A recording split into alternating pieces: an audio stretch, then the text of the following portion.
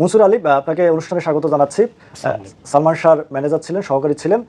দ্বিতীয়ত সালমান শাহ ফ্যান ক্লাবের মামুনুল ইসলাম, আপনাকেও অভিনন্দন। অভিনন্দন সবাইকে। শুরুতে আপনার কাছে আসতে চাই, সেটি হচ্ছে সালমান শাহর সঙ্গে আপনার পরিচয়টা কিভাবে? আমি ফিল্মে ঢুকছি 1988 1988-তে। তখন সোহান ভাই নতুন আর্টিস্ট নিয়ে, নতুন মুখ নিয়ে কেমন থেকে কেমন ছবির শুটিং চলে, 20% কাজ শেষ, 80% কাজ বাকি। ওই টাইমে আমি ঢুকছি, প্রোডাকশনে কাজ করতেছি। এক পর্যায়ে হিরো আমার খুব লাইক করছে, পছন্দ করছে, বলে যে মনসুর আমার তো একটা লোক প্রয়োজন, তুমি আমার সাথে থাকবা।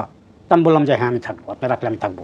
তা আমি গরিব ঘরের ছেলে, আমার বাবা মা গরিব, আমরা নুন আনতে পান্তা পড়ি, একবেলা খাই আরেক বেলা না খাই থাকি। সালমান ভাইয়ের লোকে ঢোকার পরে আমার কি অভাব, কি টাকা পয়সা খাওয়ার দাওয়ার অভাব কি আর আমি বুঝিনি কখনো। তো বলে যে ঠিক আছে, তোমার সংসারে দেখতে আমি নিলাম, তুমি আমার সাথে থাকো। এই ঢুকে গেলাম ওনার লগে, কাজ করতেছি। ওনার বাসায় আপনি থেকে গেছেন? ওনার সাথে থেকে গেছি, বাসায় তো থাকতেই হতো। আচ্ছা, আপনার শুনলাম আপনার কথা। একটু মামুন ভাই, আপনি সালমান শাহর ফ্যান ক্লাবে কিভাবে যুক্ত হলেন সেই গল্পটা একটু জানতে চাই। আপনার পথ চলাটা আসলে কিভাবে শুরুটা? ফ্যান ক্লাবে যুক্ত হওয়া আমি ঢাকা জন 2001 সালে আসি একবারে। তখন আসার পর কর্মজীবনে সালমান ভাইয়ের বিভিন্ন পেপার পত্রিকা দেখতাম, মামলাগুলো চলমান চলতেছে। 16-17 সালে যখন নাকি আপনার এই যে বলাকাতে যখন সালমান ভাইয়ের সিনেমা ডুলি কমিউনিকেশনের ইয়েতে দেখানো হয়, তখন আমি সিনেমা দেখে গেছিলাম। তখন কিছু কিছু মানুষের সাথে পরিচয় হইতো, কিন্তু কথা বলতাম না। আর 17 সালে যখন নাকি রুবি সুলতানা যখন বক্তব্য দিলেন, মামলাটা চলমান, পিবিআর কাছে তদন্ত সংস্থা গেলেন, সালমান ভাইয়ের আম্মা বাংলাদেশে আসলেন সে মামলার বিষয়ে কার্যক্রমের জন্য, তখন থেকে দূর থেকে সমর্থন সাপোর্ট ছিল, কিন্তু আমি সরাসরি যাইনি। 18 সালের জন্মদিন, যখন 18 সালে সালমান ভাইয়ের প্রথম ভক্তদের উদ্যোগে ওপেন কোনো ইয়েতে জন্মদিন পালন করা হয় স্পাইসিতে 19 সেপ্টেম্বর, ওইখান থেকে আমার পথ চলা শুরু সালমান ভক্তদের সাথে। এভাবে আপনারা সক্রিয় হলেন এবং হত্যা মামলাটা যেটা হয়েছে সেটার জন্য আপনারা তোড়জোড় শুরু করলেন যে অপমৃত্যু থেকে হত্যা মামলা নিয়ে যাওয়ার। এখান থেকে আসলে মূল শুরুটা আপনাদের? না, আমার শুরুটা এখান থেকে। আমার আগেও আরও অনেকে কাজ করছেন, লিখছেন, ফেসবুকে লিখে করতেছেন। আচ্ছা, একটু আমরা মনসুর ভাইয়ের কাছে আসতে চাই। সেটা হচ্ছে আপনার সালমান শাহর সঙ্গে আপনার কত বছর কাটিয়েছেন এবং তার সঙ্গে আপনি বলছিলেন যে তার সঙ্গেই ছিলেন, তার বাসাতেই। একটু সেই সম্পর্কে জানবো। তার আগে আপনি বাসাতেই মানে সালমান সামিরার যে সম্পর্কটা ছিল স্বামী স্ত্রী, তাদের কলহের বিষয়টা জানতে চাই। কলহের বিষয়ে কি বলবো, সালমান ভাই বলছিল আমার যে মনসুর নারী জাত মা বোনের জাত, ইজ্জত করবি, সম্মান করবি, বিশ্বাস করবি না। এক দ্বিতীয়তে বলছে মনসুর নিজের ঘরের ইঁদুর যদি বেড়া কাটে, বাইরের ইঁদুরের কোনো দোষ নেই। তৃতীয়তে আমি বলছিলাম যে ভাই, আমি আপনার কিছুদিন আগে একটা প্রশ্ন করছিলাম, বাসায় বন্ধু বান্ধব নিয়ে বৈশা ড্রয়িং রুমে আপনি আড্ডা করতেছেন। আমি বললাম যে ভাই আপনি খাল কেটে কমিট ঢুকাইতেছেন। তখন এই প্রশ্ন করার পরে আপনি আমার উত্তরটা কি দিলেন, যে রাত্রে আমার বললো তুই ঘুমাস না, আমি ঘুমাই। বেশ ভালো কথা বললেন, আমি লজ্জা পেয়েছি।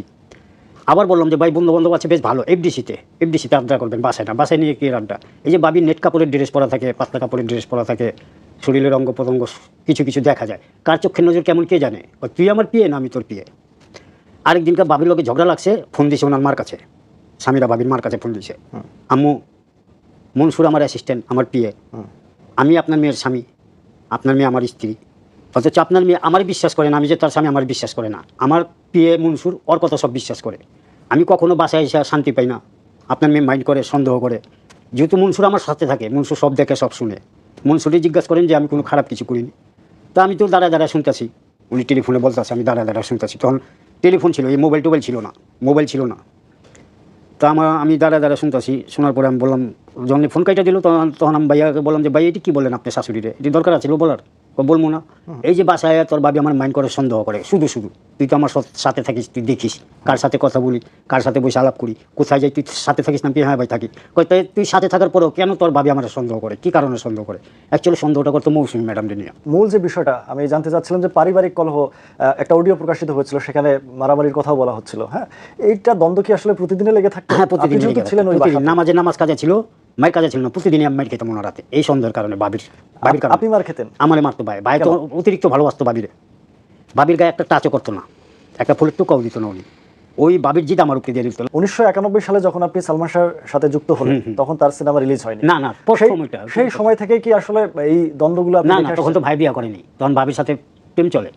বিয়া করছে হইল সুব্রাইটের 15-20 দিন আগে। সুব্রাইটের 15 দিন পর রোজার ঈদে ছবি রিলিজ। 25 রোজা যখন আমি বন্ধু বান্ধব 2-4 জন নিয়ে বাসায় গেছি, গ্রিন রোডের বাসায়, ওনার মার সাথে থাকতো।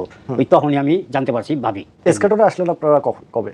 স্কাটনে আসছি আমরা, ভাবি এই বায়ে আলাদা হয়েছে যখন বাপ মার থেকে, তখন স্কাটনে তো